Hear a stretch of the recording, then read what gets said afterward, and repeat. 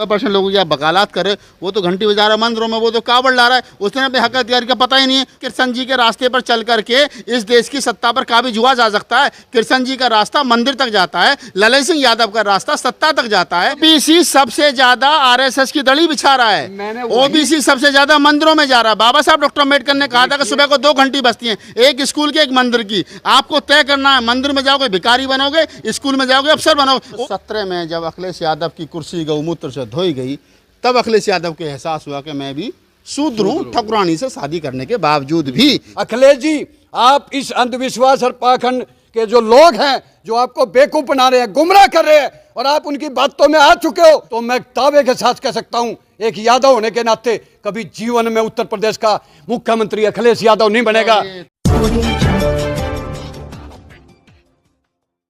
हमारे साथ एक यादव साहब हैं, उनसे बात करते हैं कि ये कौन से वाले यादव हैं। 2 प्रकार के यादव देश में मिलते हैं, एक कृष्ण जी वाले यादव और एक ललन सिंह वाले यादव।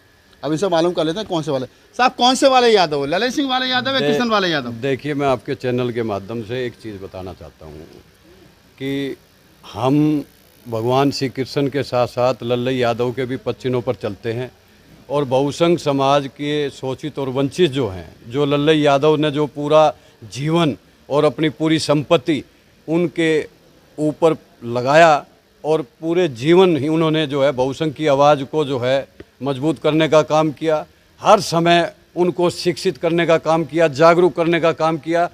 और एक चीज़ मैं कहना चाहता हूं कि आप इस चीज़ को छोड़िए, भगवान श्री कृष्ण ने भी कर्म ही प्रधान पर चलने का काम किया, लेकिन जिस दिन ओबीसी RSS और बीजेपी की दरी बिछाना बंद कर देगा, राम मंदिर से निकलकर कर्म ही प्रधान पर चल देगा, और जिस दिन देश के अंदर जो आज संविधान खतरे में है, बहुसंघ खतरे में है, आज वोट की ताकत खतरे में है, आज शोषित और वंचितों के हक और अधिकार को छीना जा रहा है, ओबीसी वो देशभक्त, वो राष्ट्रभक्त, एक ऐसी ओबीसी समाज रहा है जिसने इस देश को आज़ाद कराने से लेकर जब जब बिहार और उत्तर प्रदेश के अंदर शोषित और वंचितों के साथ अत्याचार अन्ना हुआ, उनको चारपाई पर नहीं बैठने दिया जाता था, कुएं में पानी नहीं भरने दिया जाता था, मंदिर नहीं जाने दिया जाता, वोट डालने नहीं दिया जाता था, बहन बेटियों की इज्जत लूटी जाती थी, उस समय भी ओबीसी समाज के महापुरुषों ने, क्रांतिकारी साथियों ने, चाहे वो लालू यादव के माध्यम से हो, लल्लई यादव के माध्यम से हो, बाबू जगदेव प्रसाद कुशवाहा के माध्यम से हो, कर्पूरी ठाकुर के माध्यम से हो,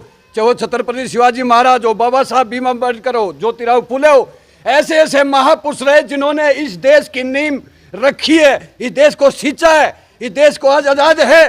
तो वो आज़ाद हमारे बहुसंघ के महापुरुष और वीरों की देन है। लेकिन आज जिन 10% जातियों ने आज लगातार 75 साल के अंदर हमारा हक और अधिकार छीना, वो अंधविश्वास पाखंड के साथ साथ हम लोगों को आपस में बांटने का काम किया, चाहे वो सत्ता में बैठी, आज वर्तमान में जो सरकार बैठी हुई है, इससे ज़्यादा अंग्रेजों ने 200 साल राज किया, वो नहीं बांट पाए जिसने इसने 7 साल के अंदर आज SC ST को लड़ा दिया, ओबीसी को SC से लड़ा दिया, माइनॉरिटी को ओबीसी से लड़ा दिया।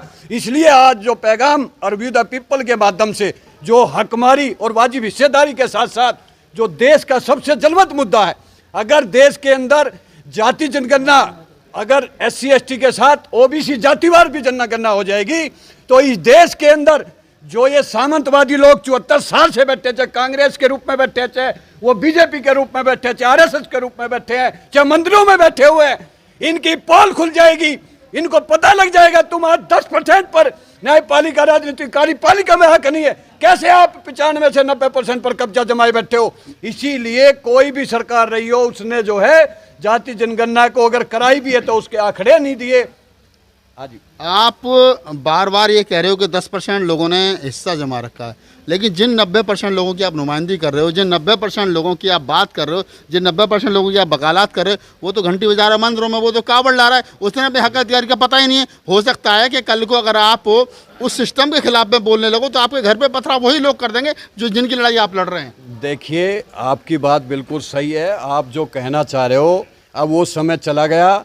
अब गेटवे तक। अरे साहब, पश्चिमी उत्तर प्रदेश का यादव जो है वो कावड़ लाता है। आप यादव समाज से आते हैं, वो कृष्ण जी को हम भी मानते हैं, आप भी मानते हो, आपने कहा। लेकिन मुझे एक बात बताइए कि कृष्ण जी के रास्ते पर चल करके इस देश की सत्ता पर काबिज हुआ जा सकता है? कृष्ण जी का रास्ता मंदिर तक जाता है, ललन सिंह यादव का रास्ता सत्ता तक जाता है। हमको सत्ता की जरूरत है जो हमारे दुख दूर कर सकती है। मेरा सवाल सिर्फ इतना सा है कि ललन सिंह यादव का जो रास्ता वो महत्वपूर्ण है, या जो ये इस देश के मनुवादियों ने हमारे ऊपर जो थोप रखा वो महत्वपूर्ण है? देखिए, आपने सत्ता की बात करी, कृष्ण के पीछे लगने से सत्ता में नहीं जाओगे। मैं पूछना चाहता हूं, राम के नाम पर 2 बार ये भाजपा सरकार आ गई हम लोगों को बांट कर। ये धार्मिक नाम पर हम लोगों को बांटने का काम करती है। और ये आरएसएस जो है, अगर हम लोगों को आपस में बांटना बंद कर दे और हम इनकी दरियां बिछाना बंद कर दे, भाजपा के गाइडलाइन। ओबीसी सबसे ज्यादा आरएसएस की दड़ी बिछा रहा है। ओबीसी सबसे ज्यादा मंदिरों में जा रहा है। बाबा साहब डॉक्टर अम्बेडकर ने कहा था कि सुबह को 2 घंटी बजती हैं, एक स्कूल की, एक मंदिर की। आपको तय करना है, मंदिर में जाओगे भिखारी बनोगे, स्कूल में जाओगे अफसर बनोगे। ओबीसी सबसे ज्यादा हिंदू धर्म को ढो रहा है, आप करोगे बात कैसे बनेगी? देखिए, आपकी बात से मैं पूरा सहमत इसलिए नहीं हूं, ये सच्चाई है कि ओबीसी सबसे पीछे, धार्मिक में सबसे आगे रहा। लेकिन अब जैसे जैसे उसके बच्चे जागरूक हो रहे हैं, उसका हक अधिकार छिन रहा है, चाहे वो शिक्षा में, नौकरियों के अंदर, न्यायपालिका, राजनीतिक कार्यपालिका में, अब उनके बच्चे जागरूक हो रहे हैं। और इस टाइम ओबीसी एकजुट होने जा रहा है। ये आप छोड़ दीजिए, हम कावड़। बाबा साहब डॉक्टर BR अम्बेडकर की मूर्ति जितनी देश भर में टूटती है, वो सबसे ज्यादा ओबीसी तोड़ता है। देखिए, ऐसा है, मैं किसके बहकावे में? मैं एक चीज बताना चाहता हूं, वो आरएसएस और भाजपा, ठीक है, उसके बहकावे में आकर ये सारा काम होता है। लेकिन मैं देश के उन क्रांतिकारी ओबीसी को भी कहना चाहता हूं, मैं खुद अखिल भारतीय दोनसी महासभा का राष्ट्रीय अध्यक्ष, एक क्रांतिकारी संगठन चलाता हूं। अगर आज आप अपने भविष्य और आने वाले बच्चों का भविष्य बनाना चाहते हो, देश को बचाना चाहते हो, तो ये मंदिर मस्जिद से, अंधविश्वास पाखंड से निकलकर और आप संघर्ष करने का रास्ता अपना लीजिए। जब रोड सूना होता है तो संसद आवारा होती है, और जिस दिन ओबीसी रोड पर निकल जाएगा त्याग, तपस्या, बलिदान करने के लिए, उस दिन ही देश के अंदर सत्ता भी तुम्हारे पास होगी। न्यायपालिका, राजनीतिक कार्यपालिका में आपकी 90% हिस्सेदारी होगी। तो यादव जी का कहना है कि जिस दिन ओबीसी रोड पर निकल जाएगा उस दिन संसद जो है वो कंट्रोल हो जाएगी। लेकिन ओबीसी है कि उसकी लड़ाई संसद की नहीं है, ओबीसी की लड़ाई अभी भी वर्तमान समय में मंदिरों की है। कि मंदिर बन रहा है तो सबसे ज्यादा ओबीसी डांस कर रहा है राम मंदिर बनने पर। आप बताइए, अपना नाम क्या है? मेरा नाम परवीन यादव है। यादव जी, ओबीसी राम मंदिर बनने पर बड़ा मग्न है। उसका SC उसमें नीट में आरक्षण खत्म हो गया, उसकी लड़ाई 80% ओबीसी को पता ही नहीं नीट है क्या। मैं आपके चैनल के माध्यम से कहना चाहता हूं, जिस तरीके से इस देश में सबसे ज़्यादा संख्या में ओबीसी समाज है और शिक्षा के माध्यम से हमारा ओबीसी समाज जागरूक हो रहा है, जिस तरीके से बीजेपी को लाने में 2017 और 2019 में यही ओबीसी समाज गलती किया और इन बीजेपी वालों के बहकावे में आकर के मंदिर के नाम पे वोट दे करके मोदी जी को सत्ता में लाने का काम किया। लेकिन मैं आपके माध्यम से कहना चाहता हूं, उत्तर प्रदेश के अंदर जिस तरीके से एक क्रांति की लहर चल रही है, बहुजन समाज की लहर चल चुकी है, वो बिल्कुल अपने हक और अधिकार के लिए आज देखिए, आज लखनऊ की सड़कों पर यात्रा ही यात्रा वो बहुजन समाज के प्योर लोग हैं। बहुजन समाज के प्योर लोग वो हैं जो लखनऊ की रोड पर हैं, चाहे वो साइकिल यात्रा के माध्यम से हैं, चाहे और दूसरे माध्यमों से हैं। बहुत अच्छी बात हमारे साथी ने कही। यादव जी, मैं आपको पहले से जानता हूं, हम किसान आंदोलन में पहले से मिलते रहे, मैं आपका इंटरव्यू करता रहा हूं। मुझे एक बात बता दीजिए कि ये जो समस्या है, समस्या बहुत बड़ी है। बाबा साहब डॉक्टर अम्बेडकर ने कहा था कि जिस दिन इस देश का बैकवर्ड समाज जाग जाएगा, उस दिन इस देश की समस्याओं का समाधान हो जाएगा। बैकवर्ड समाज बाबा साहब ने 1942 में जितना मुझे पता है, 18-19 जुलाई को 1942 में ओबीसी यानी कि पिछड़ा जो एक सम्मेलन हुआ था उसमें मुख्य अतिथि थे। उस समय उन्होंने ये नारा दिया था, शिक्षित बनो, संगठित करो, संघर्ष करो। तब से लेकर के 42 से आज तक पिछड़ा समाज नहीं जाग रहा है। बार थोड़ा सा जागता है, फिर पीछे चला जाता है। देखिए, मैं क्वेश्चन आपका बहुत मेन है, आपको बताना चाहता हूँ। जब बाबा साहब ने हमें संविधान में वोट का अधिकार दिया था, यही सामंतवादी मनुवादी हमारे पिछड़े SC ST OBC को वोट डालने का अधिकार नहीं देते थे। ओबीसी ने मिल करके संघर्ष किया, लड़ा और उनको मार करके उनकी मतपेटियां तोड़ी और जाकर के तब जाके छीन के अधिकार लिया। बाबा साहब ने कहा था, धर्म का रास्ता भले ही मोक्ष की तरफ जाता हो, लेकिन राजनीति में धर्म और न्यायिक पूजा तानाशाही और पतन की तरफ ले जाती है। वही आज हो रहा है, क्योंकि धर्म का धंधा है। आज भी आधा देश भूखा और आधा देश नंगा है। ये कुर्सी के कीड़े हैं। जिस तरह कुर्सी के कीड़े कुर्सी को खा करके ही खत्म करते हैं, उसी तरह ये कुर्सी भक्त हैं। कुर्सी भक्त राष्ट्र बेचने पे तुले हुए हैं। आज राष्ट्र की हमारी अचल संपत्ति बेची जा रही है। उसी महामुहिम को अगर देश का सबसे बड़ा इतिहास में ऐसा धरना प्रदर्शन विश्व, आज दिल्ली के चारों तरफ बॉर्डरों पे किसान बैठे हुए हैं, लेकिन मेरे भाइयों यही किसान का आंदोलन ही सबसे अनुरोध यही करता है। आप कह रहे हैं कि किसानों का आंदोलन जो सब बहुत अच्छा है, लेकिन मेरा सवाल कुछ और था। मैं ये कहना चाह रहा हूँ कि वर्तमान समय में जो देश के अंदर स्थिति है, मैं किसान आंदोलन भी, मैंने जाटों से भी, जो जाट किसान तो उनसे भी मेरा सवाल ये कहा कि इस देश के अंदर अगर राकेश टिकैत ये स्टेटमेंट देता है कि हम लोग पूरी सदियों तक मंदिरों में दूध चढ़ाते रहे, आज एक भी ब्राह्मण ने यहाँ क्या नाम है भंडारा नहीं लगाया, अगर यहाँ पर गुरुद्वारे नहीं होते भूखे मर जाते, तो ब्राह्मण यानी जो मनुवादी मानसिकता के लोग हैं वो पिंडदान कर देते हैं राकेश टिकैत का। आप समझिए, मेरा वो जब भी वही सवाल था, आप किसान आंदोलन से आपसे भी सवाल है, क्या राकेश टिकैत शूद्र जाट जाति के शूद्र वर्ण के नहीं होते तो क्या ब्राह्मण उनका पिंडदान करते? ये जाति है कि कभी जाति नहीं करते। बहुत क्वेश्चन आपका सही है। अगर वो ब्राह्मण जात के होते तो पिंडदान नहीं, उनका जात से आते हैं इसलिए उनका पिंडदान किए। ये ब्राह्मण मनुवादी 3%, अगर उनका जरा सा विरोध करोगे तो अलग होकर के आवाज उठाएंगे। लेकिन हमारे ओबीसी में अलग अलग फूटे हैं। ओबीसी वह सोता हुआ शेर है, जग जाएगा जिस दिन SC ST माइनॉरिटी को लेकर के गद्दी पर उन्हीं का शासन होगा। ये जो मिशन चल रहा है, ये मिशन के द्वारा जो जगाया जा रहा है, शायद 25% आप लोगों की जागरूकता आ चुकी है। अभी काफ़ी संघर्ष करना पड़ेगा। जिस दिन जग जाएगा उस दिन राष्ट्र के राजगद्दी पे शायद कोई न कोई हमारा SC ST OBC कोई लोग जो है वो आ जाएंगे। हम चलते चलते एक आखिरी सवाल ले लेते हैं, भाई साहब से भी लेंगे, आपसे भी लेंगे।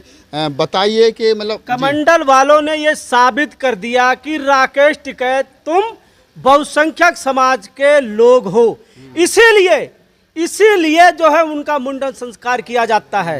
इसीलिए जिस तरीके से राकेश टिकैत जी ने बोला कि कोई भी कमंडल वाला यहाँ पे लंगर नहीं लगाया, इसीलिए राकेश टिकैत का पिंडदान किया गया, क्योंकि राकेश टिकैत की मानसिकता को बता दिया।